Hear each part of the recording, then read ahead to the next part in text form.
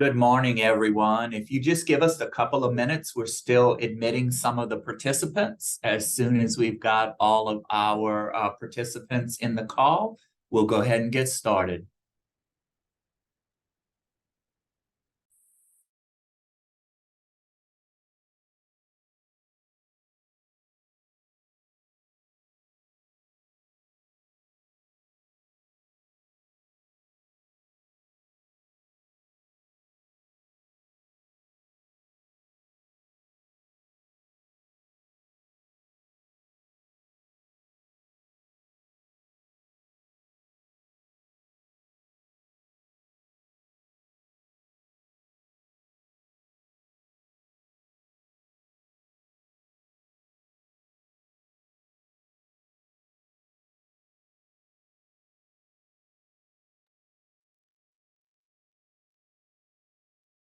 Good morning, everyone. It's great to be with you this morning, providing some updates from the Office of Teaching and Learning, the Division of Educator Certification and Background Clearance. For those of you that I haven't met yet, my name's Arthur Jofreon, and I am serving the LDOE and you as the Executive Director of the Division of Educator Certification and Background Clearance. We continue to focus on customer service and wanted to just give you a brief update on some of the progress that we have made in our division. So you'll notice that our application processing time has continued to improve. Our amazing team of specialists, many of them who are on the call today, were able to process 66% of the submitted applications within 15 business days, which is a huge reduction in our turnaround time. In addition to the application processing, we also received questions from stakeholders. And you'll notice that in both July and August, we were able to answer appropriately nearly 95% of the questions that you had within 5 business days.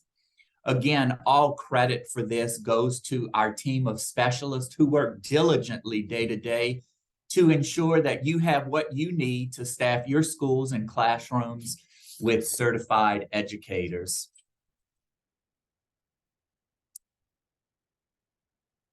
On the slide here, you'll see our agenda for today. We're going to begin with some certification processing updates from our Chief of Staff and Director of Certification, Ms. Christy Ballou.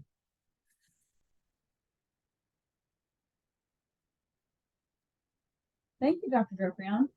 Good morning, everyone, and happy Monday. As Dr. Jofreon mentioned, we're going to talk about some processing updates. As you all know, there has been a lot of new legislation and policy changes, and in response to that newly adopted policy, all applications will be updated. We do expect to have them updated for October 1st. We have recently posted some applications with that October 1 revision date prior to this date. As we get them completed, we are going to post them. So you'll be seeing more applications posted with that October 1st revision date, even though October 1st is not here. But we will have all of them posted for October 1st, which means that beginning November 1st, all applications will be required to be on that October 1st version for processing. Of course, there will be that 1 month, and if you count now for some of the ones that are already released, a little bit more than 1 month overlap, where either application revision will be accepted for processing. Now, in alignment with this November date deadline, we are also including a new processing change around payment receipts. So beginning November 1st, applications will no longer be placed on hold, waiting for evidence of payment, the appropriate payment or evidence of any payment. So any application that does not include the evidence of either a payment or the accurate payment will be closed unprocessed, and then those applications will have to be resubmitted, basically start from scratch. So some of the newly released applications do include the appeals application, the certification renewal, hire, or status change, that RH application, the practitioner's license application or the PL application. We figured that folks would be using that GPA flexibility for most of those things. The out of state or the OS application, the out of state for military or the OSM application, that temporary authority to teach or the TAT application, both for initial and renewal using GPA Flex. All of these applications have been posted already, and they do have that October 1st revision date. Now, there's a couple things to note here. Since we're no longer issuing non-public certifications, if you're one of our non-public partners, you're going to use that RH application packet to submit renewal or hire requests for your asterisk certificates. So that RH application will be used for requesting renewal and hire requests for both the standard public certificates and the non-public certification requests.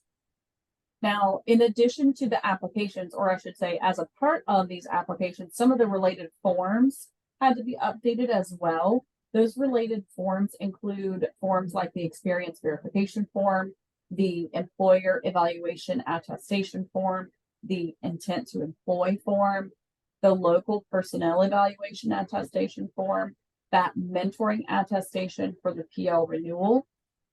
There is a new document called the method of evaluation guidance document, the out-of-state experience verification attestation form, and the professional conduct form. All of these forms were also revised in order to be able to post these applications online.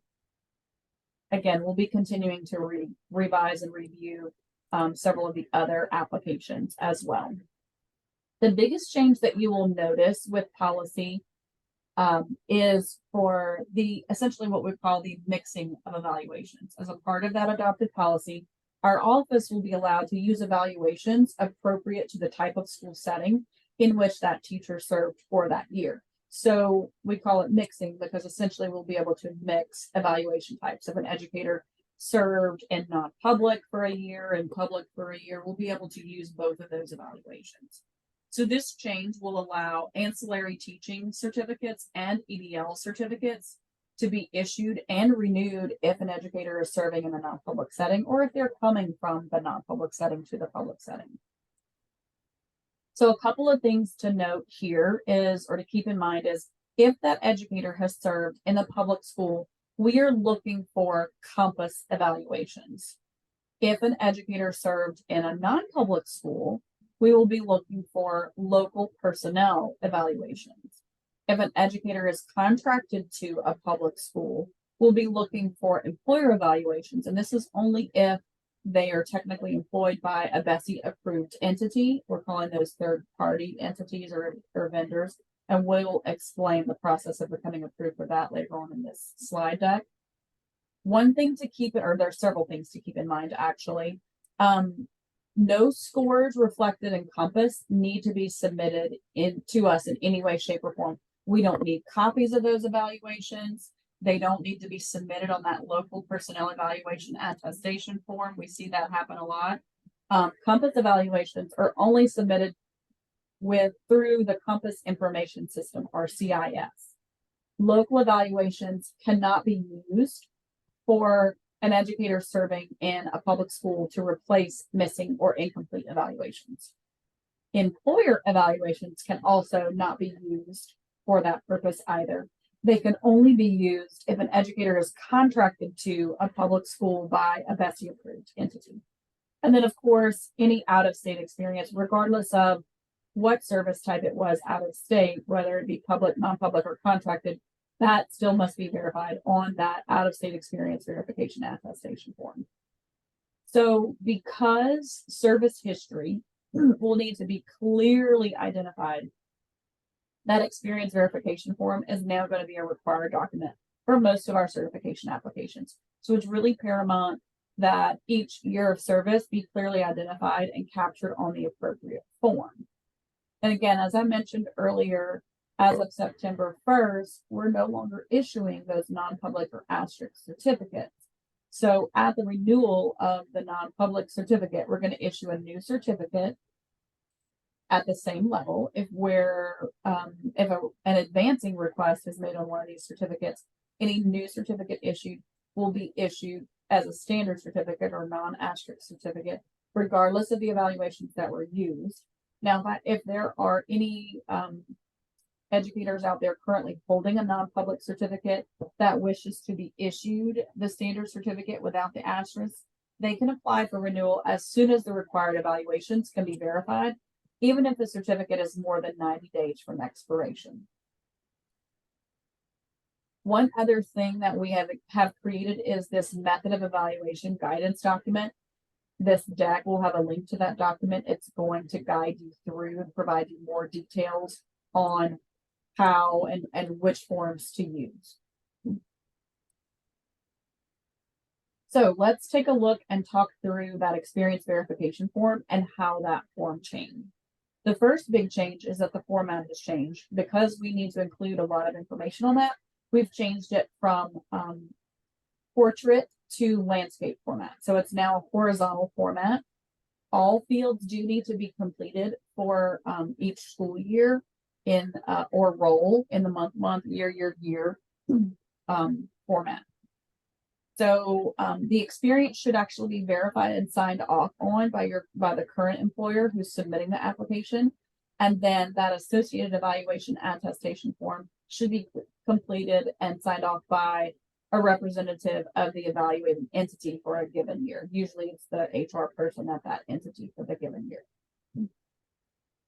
Remember that the employment setting is required to be indicated, and that is public, charter, non-public, or company.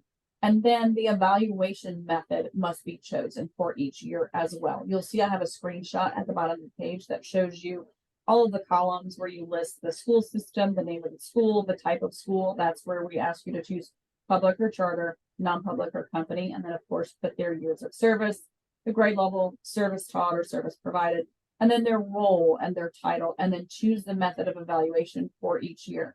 If it's Compass, then you can use, we have the link provided here where you can, either you or the educator can verify that Compass has been finalized. That is really best practice. Either the HR entity or the educator should check CIS before submitting that application.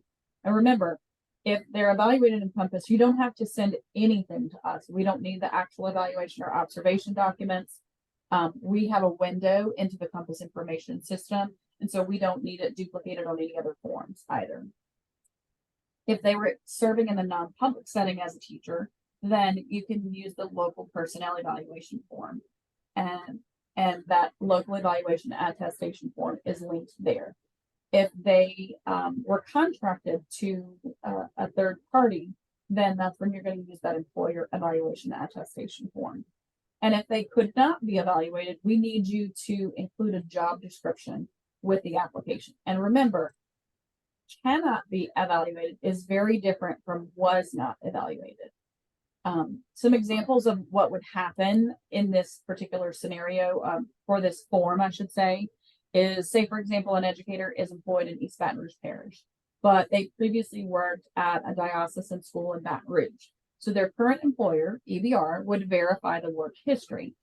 But for the years that the educator served in the diocesan school, they would reach out to the Baton Rouge Diocese, or the educator would reach out to the Baton Rouge Diocese and have an HR representative over there complete that local evaluation attestation form for the years they served there and submit it back to EBR so that EBR can submit that as a part of that renewal application.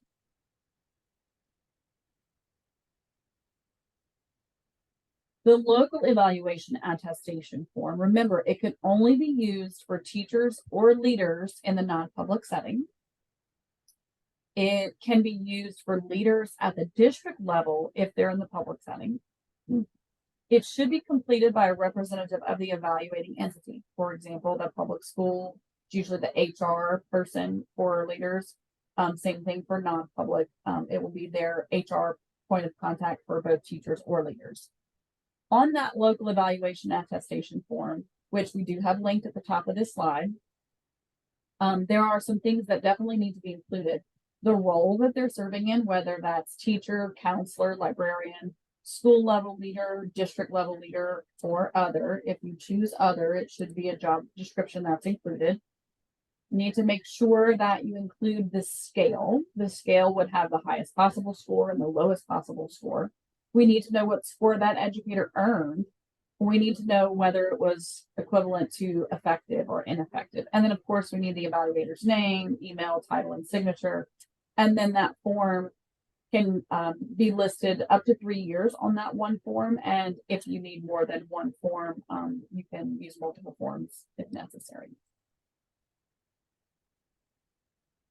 The employer verification form, remember, this form it can only be used for educators that are contracted to public school systems providing instructional services, and they have to be contracted to a BESI approved entity. Again, we'll be talking about how that can happen in later slides. It needs to be completed by that BESI approved entity that conducted that evaluation. It too should include things like the role, the scale, the earned score. Again, the scale is the highest possible score and the lowest possible score. And then we need to know what that educator scored for that year or earned for that year. It's ineffective or effective equivalent. And then, of course, the evaluator's name, email, title, and signature. It's very similar to that local personnel evaluation form. And again, up to 3 years can be listed on one form and use multiple forms if necessary. I see we have quite a few questions in the chat. I know I just went over a lot of information. I'm going to pause for just a second to see if we can get those questions answered.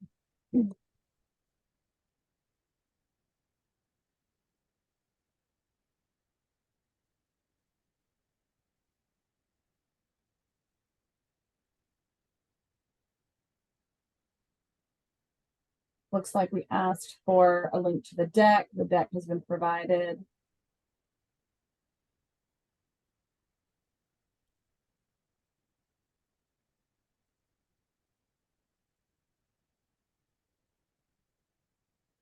What do we choose if no evaluation was completed? For example, a teacher was on extended medical leave. You would choose cannot be evaluated option and include an explanatory document saying that that person was not evaluated and any other applicable documentation there.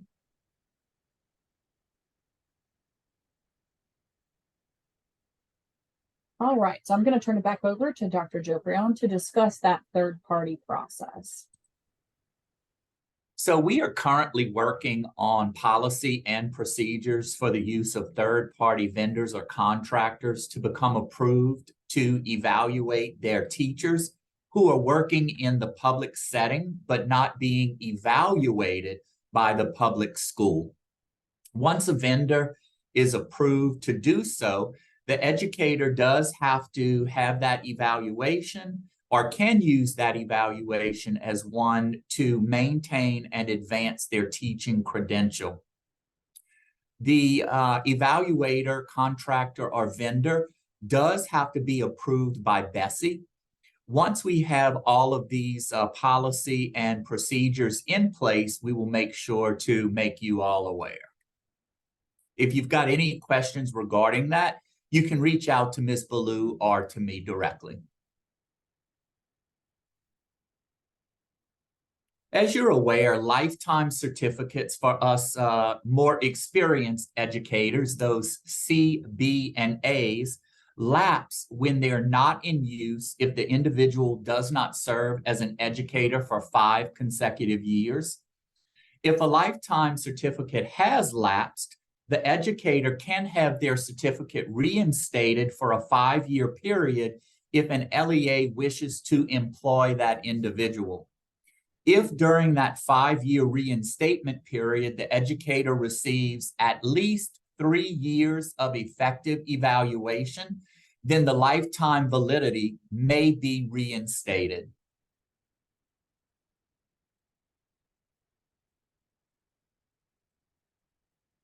A new application specific to the active military applicants or the spouse of active military personnel who are certified in another state was made available to you all in September. A new application type was created in the online portal to the OS military candidates.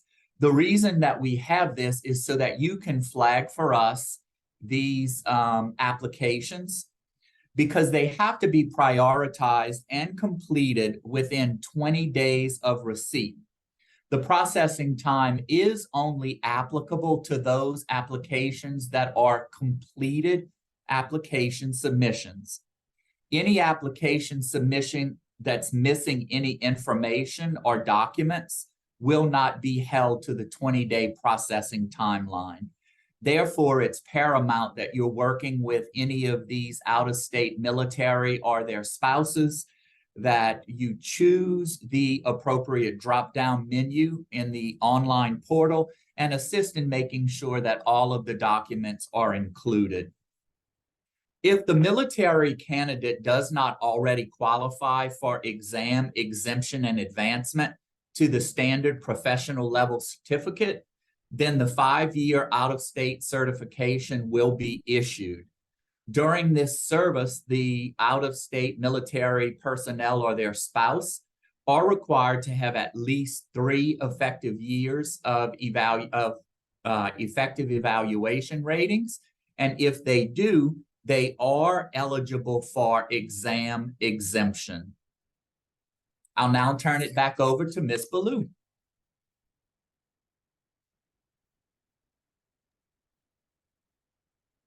Thank you, Dr. Jovian. We're going to talk a little bit about the military OS application.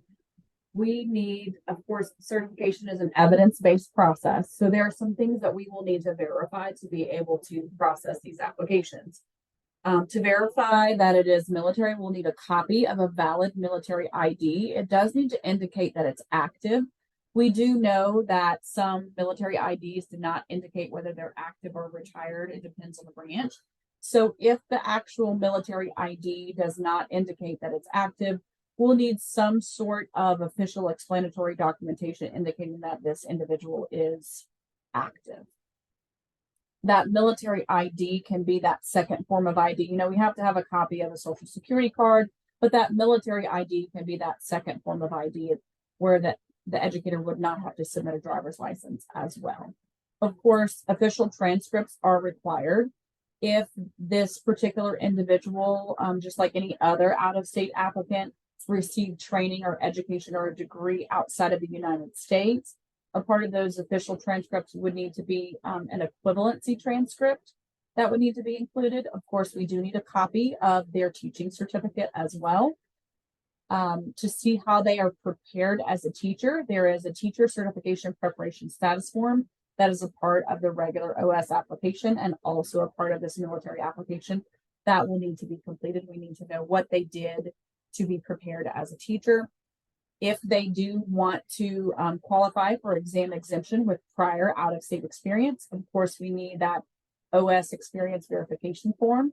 It too has changed its format. It is now legal size and landscape format because we have indicated or we have changed a few things that are on that form as well. Again, remember the date should indicate that it's month, and then 4-year format. It does need to indicate successful for consideration. There's a Louisiana state law that requires us to verify that any out-of-state experience is indicated as successful prior to us being able to use it at all. Of course, it does need to be completed and signed by the previous out-of-state employer because that's who is going to know whether it was successful or not in accordance with their state's laws or policies. And then, of course, the experience verification form and any other associated evaluation forms would also need to be included for any experience that needs to be verified. The out-of-state. So, of course, candidates that are applying for the regular out-of-state certification, if they've not taught successfully for at least 1 year in the 5 years preceding the date of licensure application in Louisiana, we're going to issue them an OS1. It's a 1-year certificate. The change here is that during the time that they're on that 1-year OS1, the teacher candidate must earn an effective evaluation rating to be issued the 3-year non-renewable OS certificate if they don't already meet exam exclusion to advance to the higher. 3 years of successful teaching experience prior to first employment as a teacher in Louisiana or to licensure application in Louisiana will fulfill those exam requirements for advancement to a higher level teaching certificate. A couple of things to note is that the changes in this policy, the two things that are really changing in this policy is that those 3 years of successful teaching experience allowed for exam exemption has to occur prior to first employment or licensure in Louisiana. Licensure was always the case. The first employment is the new change. And then, of course, the change around the OS1 where 6 semester hours are no longer required or accepted for the advancement to that 3-year OS. We did reach out to candidates that have been issued that 1-year OS or the OS1 in the last year or so that would still be on a valid OS1 to notify them and their school system that 6 hours are no longer required. We'll be looking for the effectiveness. So we did reach out to those educators last week to indicate that to them so that they would be aware. The temporary employment permit. Remember last year it expanded for 2 options last year. We had the graduate degree option and then the BESI approved teacher preparation program completion if they did not have exam scores within 10%. Those were the 2 ways that you could be issued a TEP last year. This year, the law and the policy has now been updated to expand that even further to include bachelor degree candidates and program completers with a GPA less than 2.5. And I'll explain that in a little bit more in detail. So those bachelor degree candidates have to have a bachelor's degree from an accredited institution with a 2.5 GPA or higher. And it can only be in a secondary shortage area. Now, of course, that bachelor's degree must align with the subject area in which they're teaching and, of course, the shortage area. They also have to have passed all the content exams associated with or in alignment with their degree and the classes that they're teaching to be able to be issued this TEP. Now, of course, just like all TEPs, they're issued in a shortage area. The candidates have to be mentored each year for renewal. The change this year is that after 3 successful evaluations on that TEP, mentoring is no longer required, but it is encouraged. To renew, they do have to have the top 2 tiers of ratings. They have effective, proficient, or higher each year to be able to renew it. And then after 5 successful years on that TEP, a candidate can be granted that standard level 1 teaching certificate. Of course, the law does indicate that the years on the TEP do not count towards tenure as well. The other option, that program completer with a GPA less than 2.5. So if we have a program completer in say a traditional undergraduate program and they don't have that 2.5 GPA upon graduation for their degree, then they could be put on a TEP as well as a different route to certification. A little bit longer route, but still a route to certification. Literacy policy, we've been updating that for a while, and I know that you all have been waiting for this. So of course, with alignment with the 2021 legislation and then last year's legislation, we did update literacy policies that approved the science of reading competencies. Of course, those competencies are required for all literacy coursework, and teacher preparation providers do have some time to design and restructure their coursework, both for initial and for add-on requirements. So beginning with that 2024-2025 school year, program completers are required to have the updated literacy foundations or science of reading aligned coursework. For initial preparation, semester hours or contact hours only will be accepted for the literacy requirement beginning with the 2024-2025 school year. However, for add-on purposes, once a teacher has already been prepared and they're trying to add something on, the educator can use semester hours, contact hours, or the adopted teaching and reading exam or that literacy foundations training that is a part of their professional development. It can be used for the accepted number of hours approved per program. What you see on the slide here is the approved literacy foundations providers and what they're approved for each program. So essentially the way this rubric works is if they're an approved training provider, they automatically can substitute for 3 semester hours. If they are also IDEA or dyslexia accredited, then they get an additional 3 semester hours towards their coursework. If they have 100 plus hours or 2+ years or more of coursework, then they get an additional 3 semester hours of coursework. So using that rubric, you'll see these vendors here that APEL can be approved for a total of 3 semester credit hours or the equivalent of that. AIMS is approved for 6. Keys to Literacy is approved for 6 semester hours or the equivalent of that. And then Letters is approved for 9 semester hours. And again, this is only for add-on purposes. All right, and I will turn it over to, oh no, I think I'm doing GPA flexibility. Sorry about that. GPA flexibility. So for conditional admittance into a teacher preparation program, candidates now can be conditionally or provisionally enrolled if they have less than a 2.2 GPA, undergraduate GPA. That is undergraduate GPA at the time of degree conferral. Now, remember that conditional admittance, for it to be used, it does have to be indicated on all of those PL applications. So our new version of the PL application, it's not a separate form, it's a checkbox or an attestation that both the teacher preparation program provider and the teacher candidate must either check off, sign off, and initial, indicating that they are aware that the conditions on this slide for flexible GPA are applicable. So if that program awards credit hours, the candidate has to obtain a 3.0 for the first 12 semester hours and then complete a course with a 2.5. If the program does not award credit hours, then the applicant has to demonstrate mastery of those competencies. And those competencies are the competencies that are required by the program and the school system in which clinical practice is completed. So again, different from the previous GPA flexibility policy, there is no requirement for the structured interview, and there is no separate form for the GPA attestation.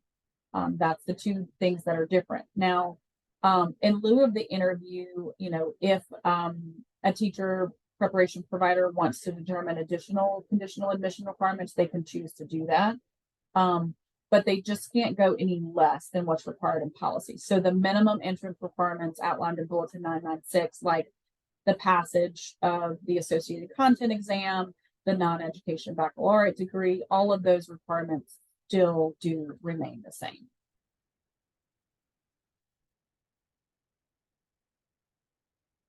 So for the practitioner's license application, the PL application, we updated some things on that application. Of course, the passing content exams are required. Those can be submitted to us either electronically, or if they're not submitted to us electronically, they can be submitted on the official score reports. Keep in mind that the educator must indicate this at the time of registration or taking that praxis exam. They have to do 2 things. They have to release the scores to us and also release and use their social security number as a part of that release for us to be able to tie it to our system. So if you have authenticated access, you can take a look and see if we can see the praxis scores. If we can see it in the window, or if you can see it on our website with your authenticated login, then you don't need to send anything to us. You don't need to send that to us either. One thing to note about the program admission date is it cannot precede the passage of the content exam. So make sure when that's completed on that application that if they pass the praxis exam yesterday, then they can't enroll until today, essentially, or yesterday, I guess, officially. Official transcripts do need to be included, and they do need to indicate that the candidate has been awarded at minimum an undergraduate degree with a 2.2 cumulative GPA at the time of degree conferral. Now, if they have less than that 2.2, Of course, we talked about GPA flexibility is permitted. There's no interview required. It's not a separate GPA flex form. It's just a checkbox, an attestation, and initials that are required. And you see on this slide here that there is a snapshot of that application, showing what the GPA attestation piece is, what it looks like on the new application. And then, of course, on the intent to employ, that area of assignment and the area of their certification that they're being prepared in should align. All right, I will turn it over to my colleague to do GPA flexibility for the TAT. Thank you, Christy. So just like with the flexibility for the PL, the flexibility for the temporary authority to teach was placed back into policy. So any candidate with a 2.2 minimum undergraduate GPA can be granted a temporary authority to teach. But unlike the PL, the TAT candidate is required to conduct a structured interview at the school district level. We did link in this hyperlink some questions just to preserve time. We can go ahead and go to the next slide, but essentially it's just kind of similar to what y'all were doing before. With the TAT, just like with the TEP, it does need to be in a shortage area. The educator is required to possess, again, the minimum of a 2.2 GPA on the bachelor's degree and the bachelor's degree only. It cannot be a graduate degree or anything other than that baccalaureate degree. Again, GPA flexibility is allowed with that structured interview. You can see below, we took a screenshot or a snippet of what the new TAT application looks like. So you will not be required to include what questions that were asked or answers that were responded to by the educator. Simply check this box, this highlighted box here, indicating to us that you as the LEA did conduct this interview, or in attesting to the fact that the educator did satisfactorily complete that interview. One other thing you'll likely see on the new TAT application that is currently posted and can be used, y'all don't have to wait until October 1st to use it. We do strongly encourage y'all to go ahead and use it now.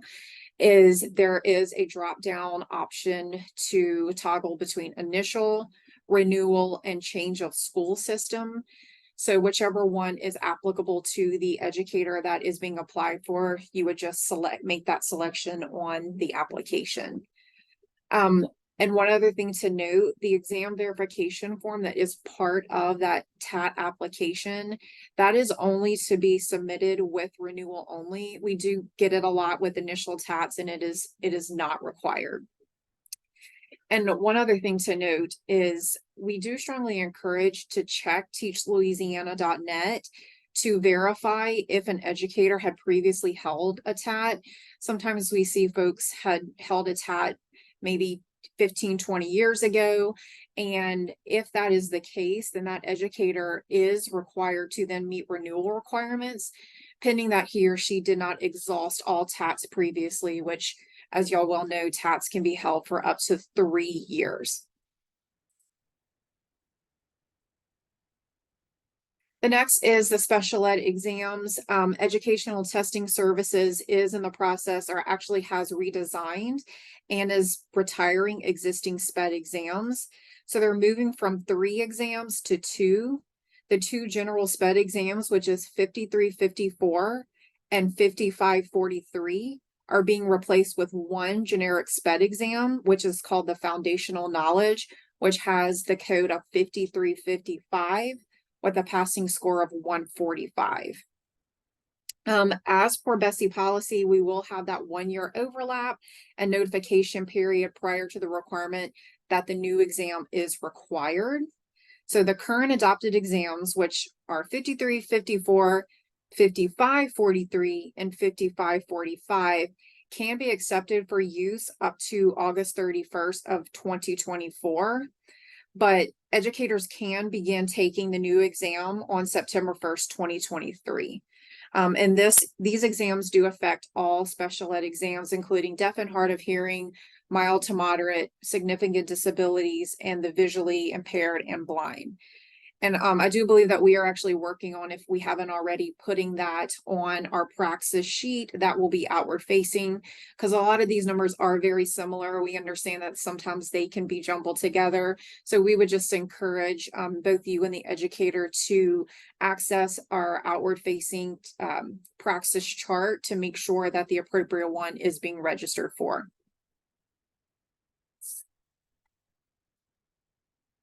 And then the Teacher Certification Appeals Council, we did receive notification that one of the associations is in the process of dissolving. So we worked with the legislature to have a similar association named and codified in law.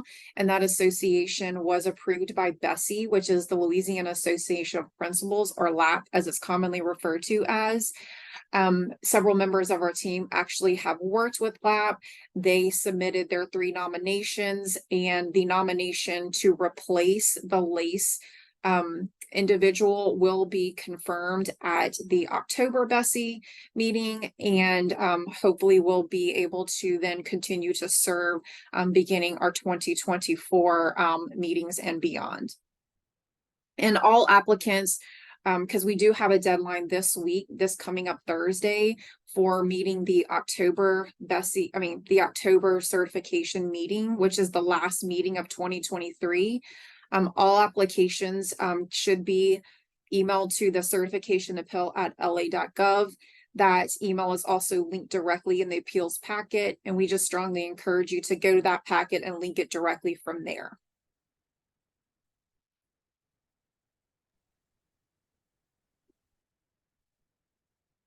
Good morning. Now we're going to talk about the criminal history reporting. We've had a lot of movement with this policy and law. A Louisiana certificate shall be sanctioned in the event the applicant has any felony conviction or any misdemeanor or felony conviction for an offense listed in RS 15587.1. That includes things such as crimes of violence, plus many others. It is linked here in the slide deck if you need to refer to the law.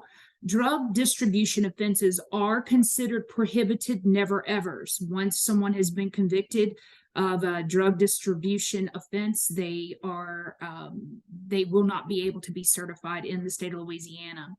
Senate Bill 197 provides for a grandfather clause, though, for those individuals with drug distribution offenses who have already been certified following a BESI records review if it was done before July 1st, 2023. So there are allowable appeals and records review options with BESI for some offenses after a specified period of time, which is noted in Chapter 19 of Bulletin 746. Beginning January 1st of 2025, an applicant for initial certification must undergo a background check for certification. The process for this is still being developed, but we will provide updates when those are available with clear direction, what technology will be in place for that process. But in the meantime, we at the department will continue to check wrapbacks for anyone who is already certified when an educator tries to advance, renew, or otherwise modify their certificate. Additionally, we may obtain a criminal history check if needed. The policy for when a new criminal history will be needed has not yet been codified, but we expect to propose those policies in the spring. We can go to the next slide. The department currently discloses on our website the identities of any person whose certificate has been denied, suspended, or revoked for that felony conviction or offenses listed in 15587.1. Again, those are convictions, not arrests, convictions. Any person who has submitted fraudulent documentation to BESI or to the department, they could be sanctioned, as well as any person who has been found to have facilitated cheating on any of our state assessment exams. any employee in school system can presume that an individual with a certificate issued by us has not been convicted of a criminal offense or has successfully been granted a reinstatement or a records review by Bessie. If they have an offense, they've undergone the records review process, and it's been a period of time within policy, we've reinstated their license. So a CBC is not required for an applicant with a teaching certificate issued by the board, by us, the Department of Ed, unless it has been denied, suspended, or revoked.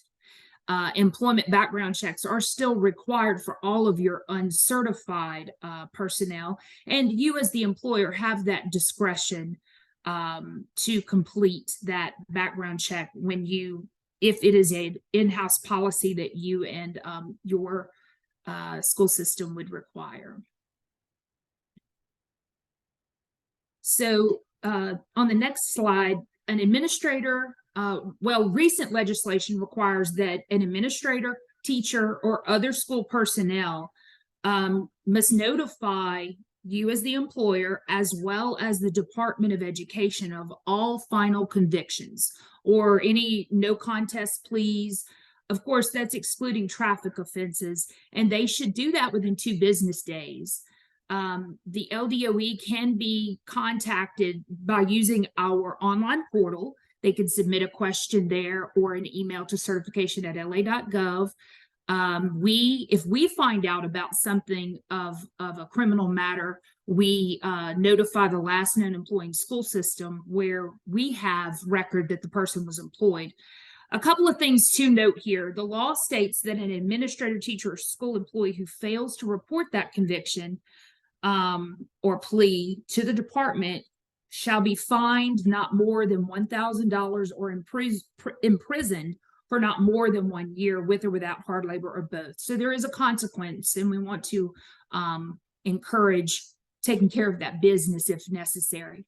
Upon receiving a report of a final conviction of or a plea of guilty or nolo contendere to any criminal offense, excluding our traffic offenses, by an employee holding a teaching certificate or even one of the old TAs, the school system should report that fact of the conviction to us within those 2 days, of course, exclusive of weekends and holidays, of receiving the report of that conviction. And we try to be very transparent with the current and former employer when possible. So you may even receive something from us for an employee who is no longer your employee, but you were listed as the last known in our data systems. So recently, we can go to the next slide. So we, in our revisions of our application packets, we worked with our legal team to simplify the professional conduct form. This is that document. Previously, it had a big red hand or a handprint near the bottom. We've changed it, and you'll know it's the new one because it only has 3 questions, and it has a triangle with an exclamation mark in it. We've simplified it, and this particular document is required with all certification application submissions. The applicant completes the top portion of the form. They answer the 3 questions and they must sign and date the bottom. Even if they've previously disclosed or self-reported an incident, the applicant is still required to answer these questions truthfully every time they complete the professional conduct form. We sometimes say, we call it the PC form.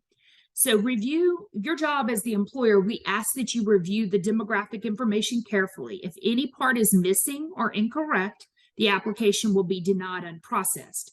So we see frequent errors such as not including the social or an incorrect social, it's a typo, entering today's date for the date of birth, or missing or incorrect name. So we need to check that demographic piece. And we also need to say, to check that the applicant actually answers the 3 questions, yes or no, but all 3 must be answered.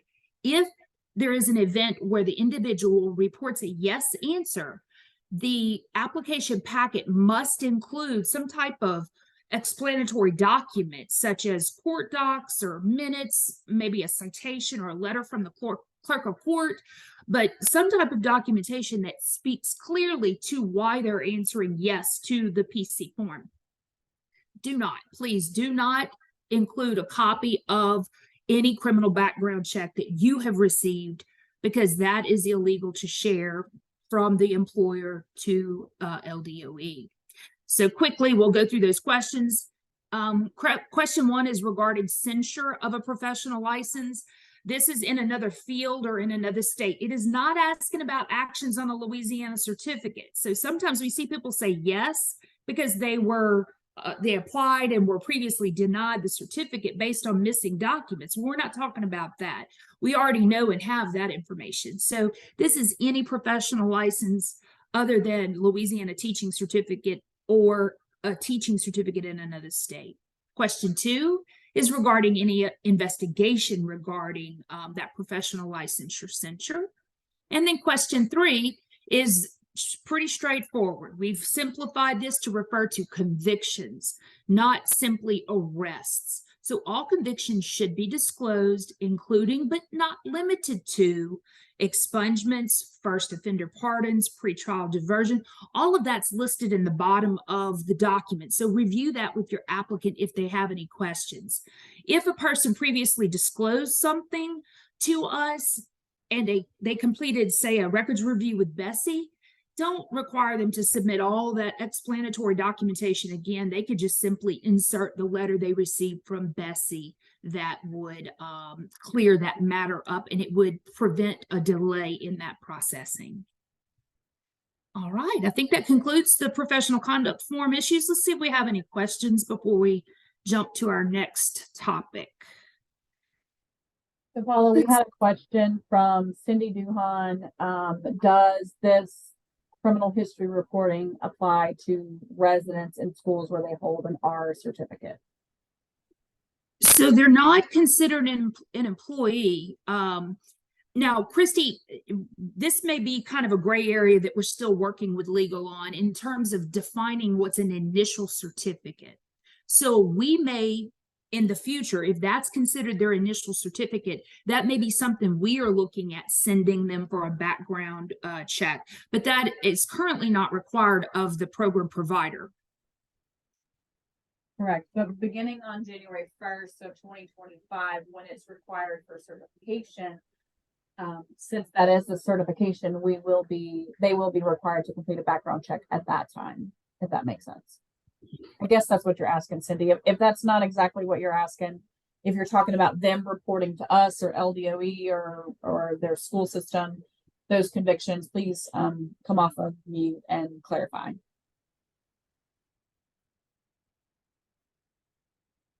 We have a few other questions. Go ahead, Cindy. I couldn't find the mute button. Sorry. Yes, I was wondering if they needed to report those. And if they have to have, they currently have the criminal background check through the school system before they start.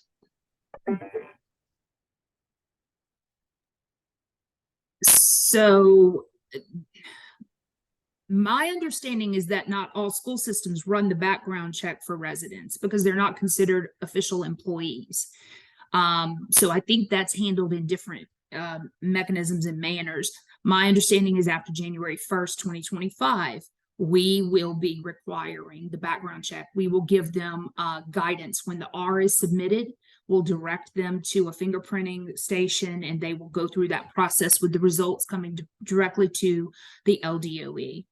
And if you have a particularly specific case, please feel free to shoot us an email or a question through the portal, and those are routed to me, and I work with our legal team to get firm answers backed by the law.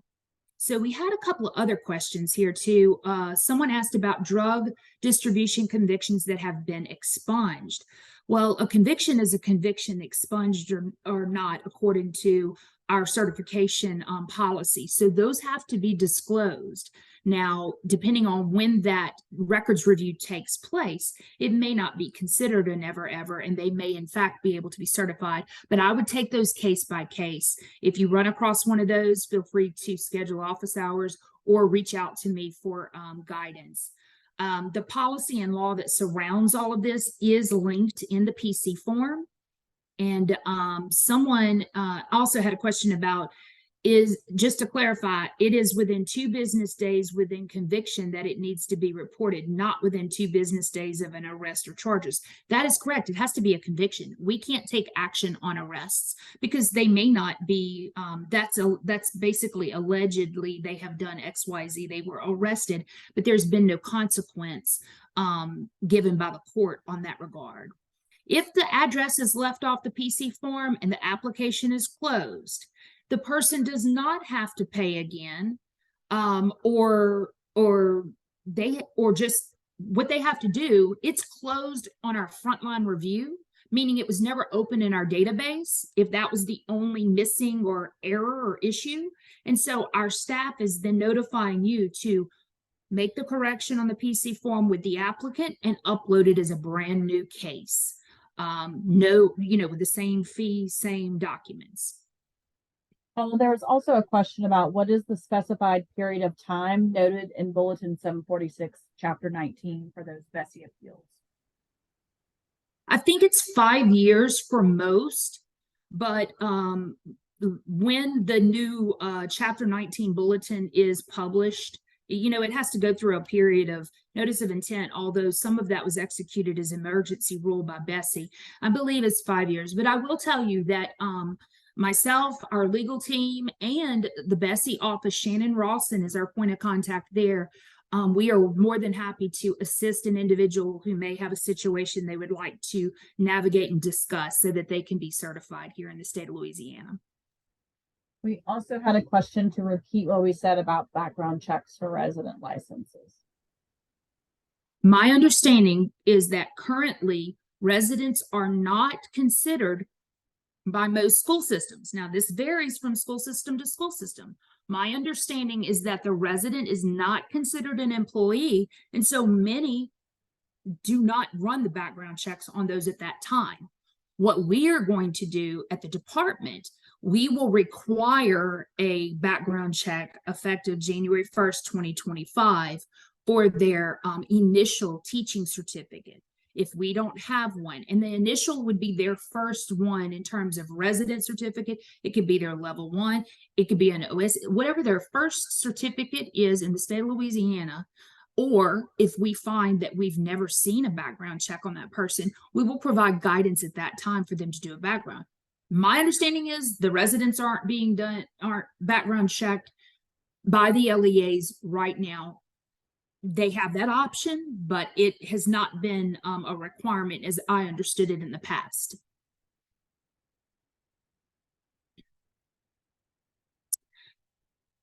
We have one more question. Will the LDOE background check be in lieu of district checks? It can be, yes, it can be, but the employer has that authority to still request one if needed. And that's only if the individual has a credential with us that's not been suspended, denied, or revoked. That it's kind of in lieu of the employment background check. So let's move on. I know we're running out of time here. The TA, we've shown this slide before, so I won't spend a lot of time on it.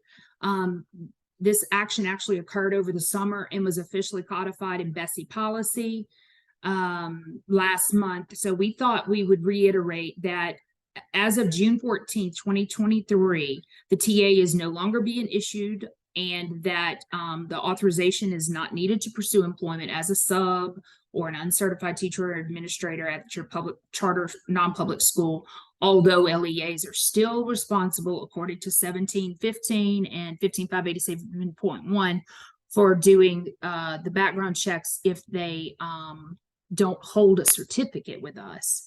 So any TA applications in queue, we close those out.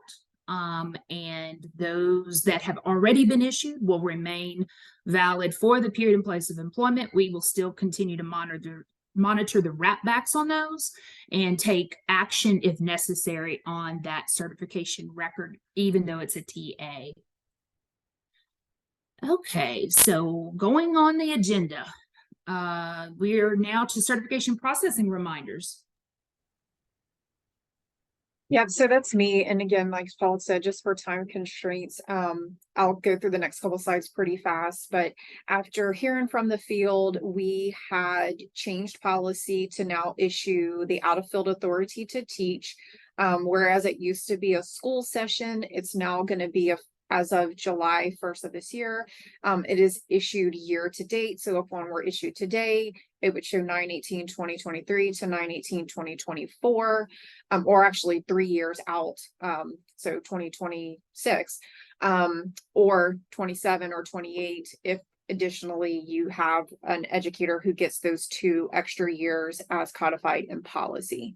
Again, best practice is to check teachlouisiana.net prior to applying, as we do see on a pretty frequent basis that educators were issued OFATs previously, but never fulfilled those requirements. And so they are subject to first fulfilling those requirements before we can issue another OFAT. Same thing with TAT, effective July 1st of this year. What we added to policy based on feedback from the field is that at the time of renewal only, TAT areas can be changed from one area to another. So if you had a TAT, let's say in Evangeline in mild, moderate 1 to 5 and elementary 1 to 5, and the educator has now moved to Terrebonne and the workforce need is, let's say, secondary math, then at the time of renewal, we can go ahead and change that, pending, of course, that educator also did fulfill renewal requirements. And again, 3 years on a TAT is the maximum amount of time an educator can hold that license. School nurse policy, I know we've talked about this on several of the meetings, but beginning August 1st of this year, a registered nurse who holds a current valid license in good standing with the Louisiana State Board of Nursing is now considered certified by BESI.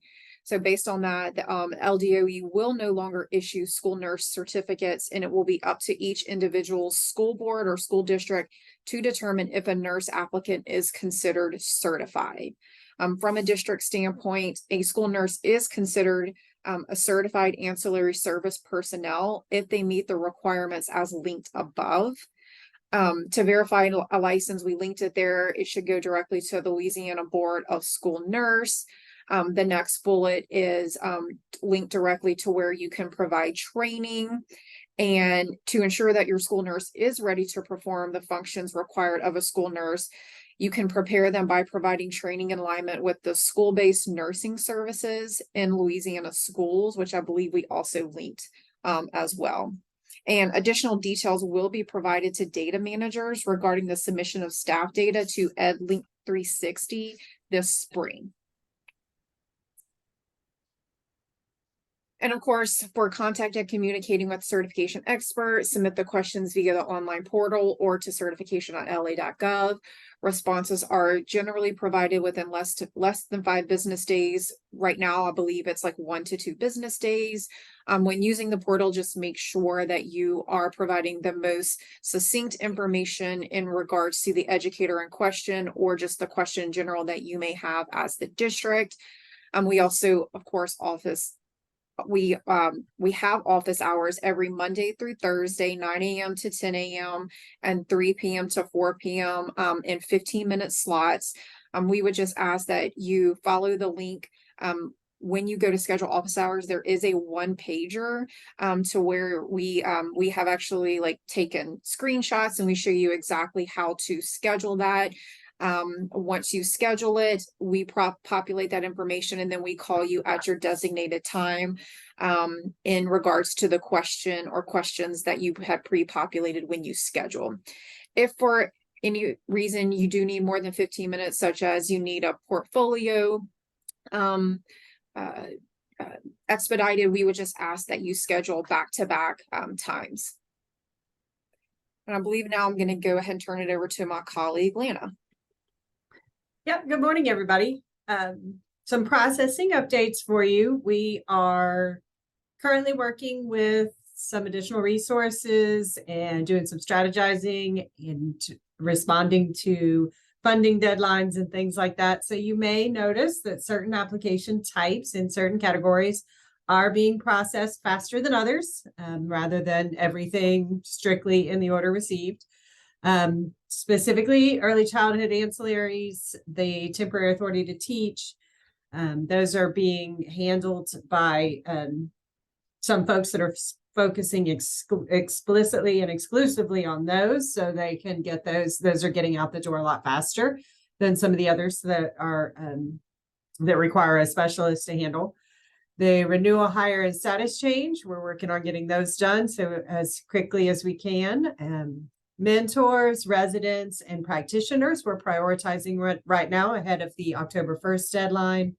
And then we've also been trying for the past several months to prioritize initial certifications for recent graduates from and program completers.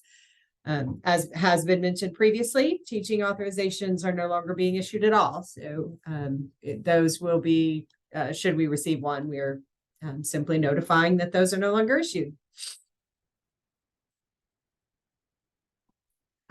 Another thing that a lot of you have asked questions about that you may have seen, to increase our efficiency, we've added an automated process that does some general scanning for just some basic requirements.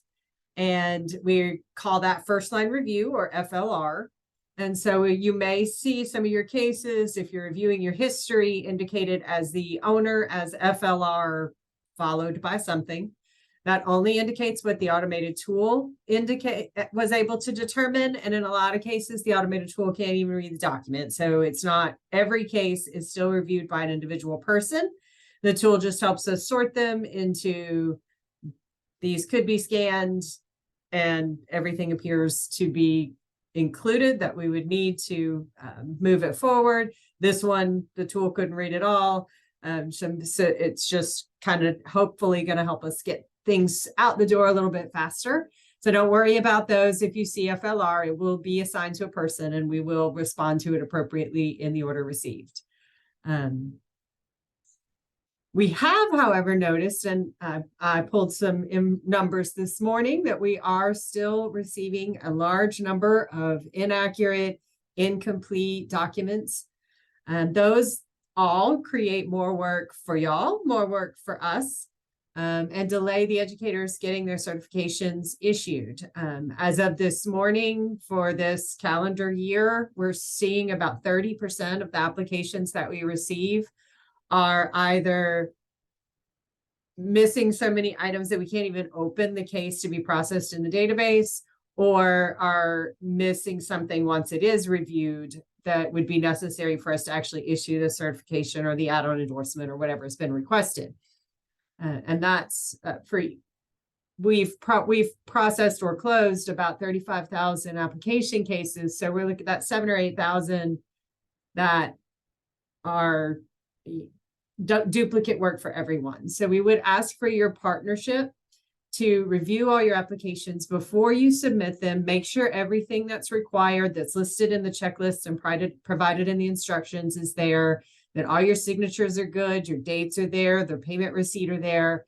All those fundamental things that we have to have before we can even begin to consider whether they qualify for the request should be included with the application from the beginning. And that prevents your having to submit something else a little further down the line, and ensures that the applicants get their requests completed as quickly as possible without additional delays waiting for something to be processed a second time.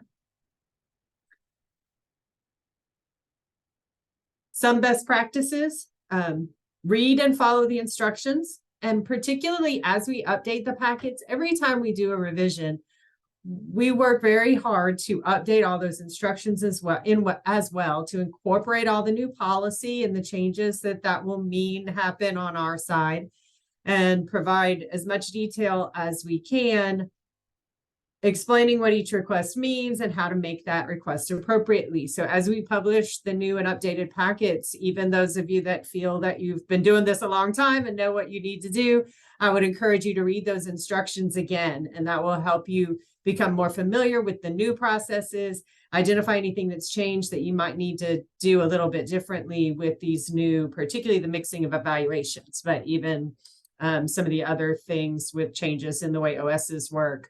and so forth. The instructions in the packets provide a lot of information that can help you make sure you're making the right requests. We'd also encourage you to make use of the tools that you have available through your authorized Teach Louisiana accounts, and even just publicly available, to check and see what is the certificate that's currently held. Is that certificate valid? If it's approaching expiration and the request is not for a renewal, if you're requesting an add-on or something like that, go ahead and take care of that validity issue as well, so that we can try to avoid as many denials as possible and keep everyone certified with good valid certificates.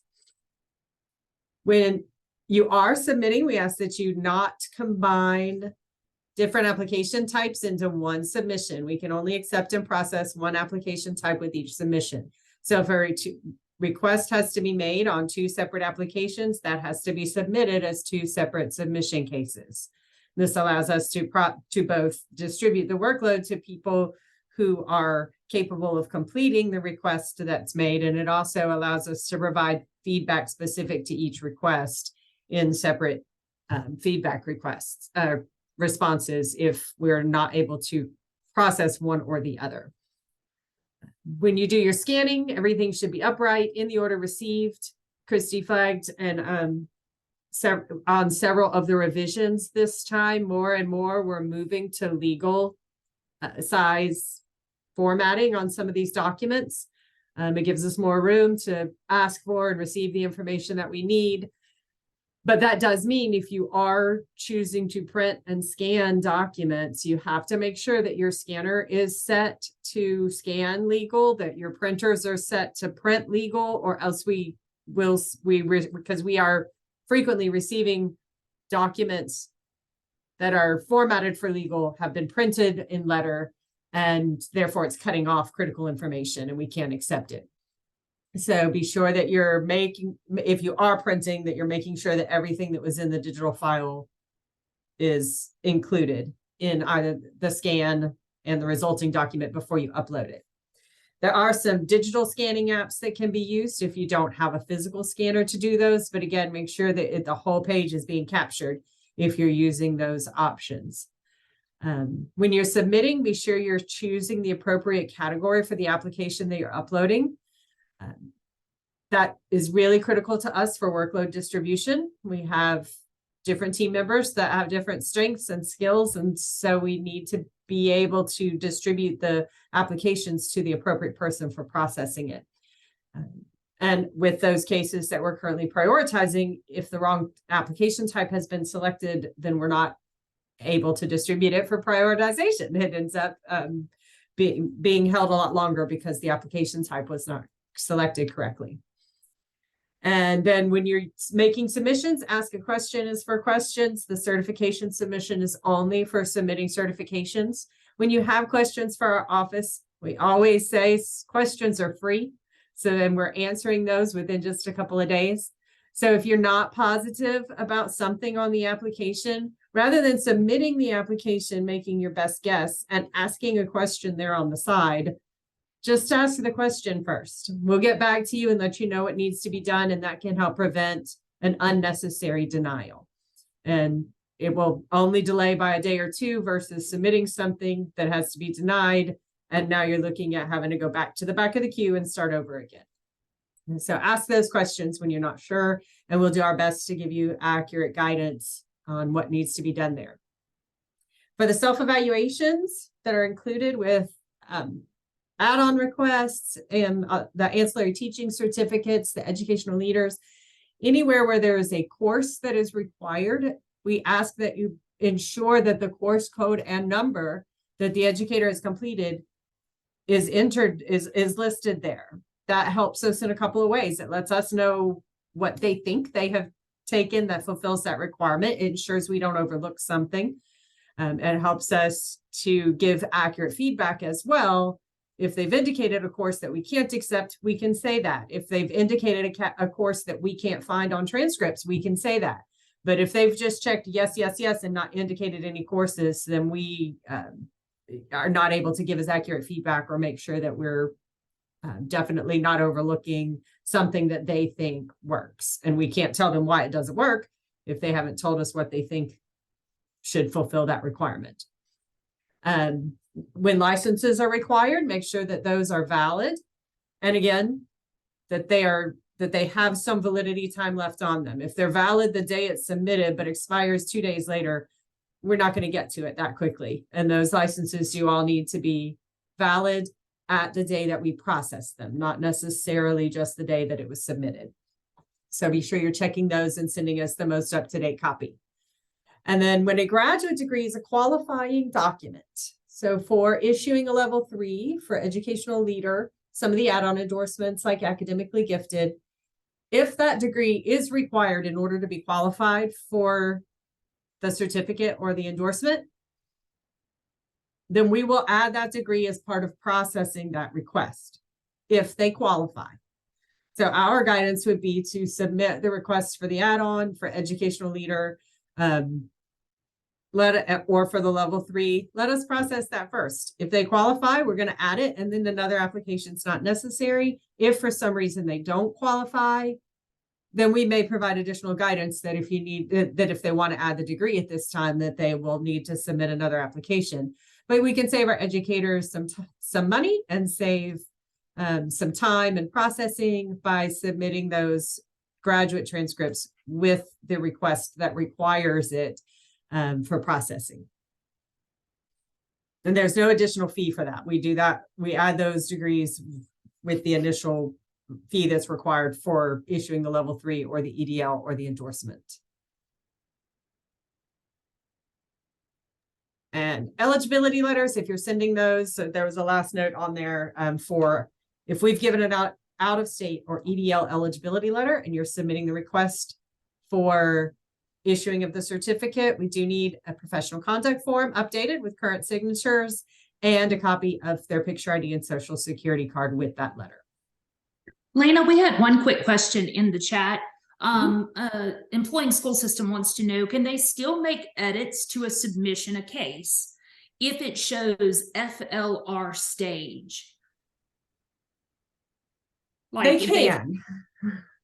They can. Yes, that is an exception. If they're still FLR, they're not assigned to a person, then those would be the places where they could still add a document if they've realized they've missed something, upload a corrected application if they realize they forgot to sign something or whatever. Those can still happen in the FLR stage, yes.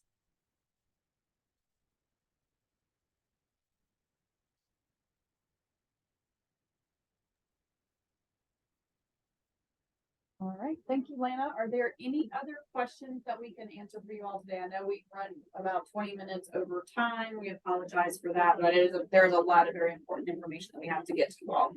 If you do have any questions, please feel free to type them in the chat or come off of mute. We'll be happy to answer those. I have a very quick question, and this is regarding to the literacy that's supplied with the vendors. So I understand for add-on certifications that they can get the 3 credit hours, but is there any consideration or thought about candidates? Can y'all hear me? Yes, ma'am. Okay. About candidates that are in an alternative certification program that possess these certificates. I had one ask me about it substituting for their reading praxis course requirements.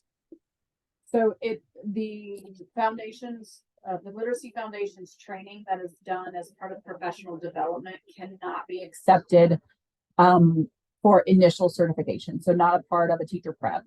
They want all teacher preparation providers to be responsible for providing that instruction themselves. Thank you so much. Quite welcome. Any other questions?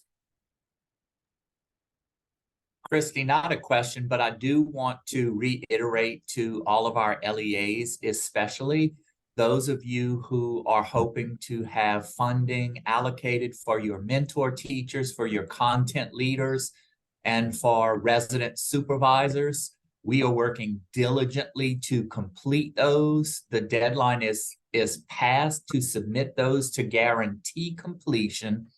However, if you can get it to us likely by this Wednesday, we should be able to have those applications processed. So if you've got any that you know of, go ahead and get those submitted to us by Wednesday. All right. Any other questions? don't see any other questions in the chat.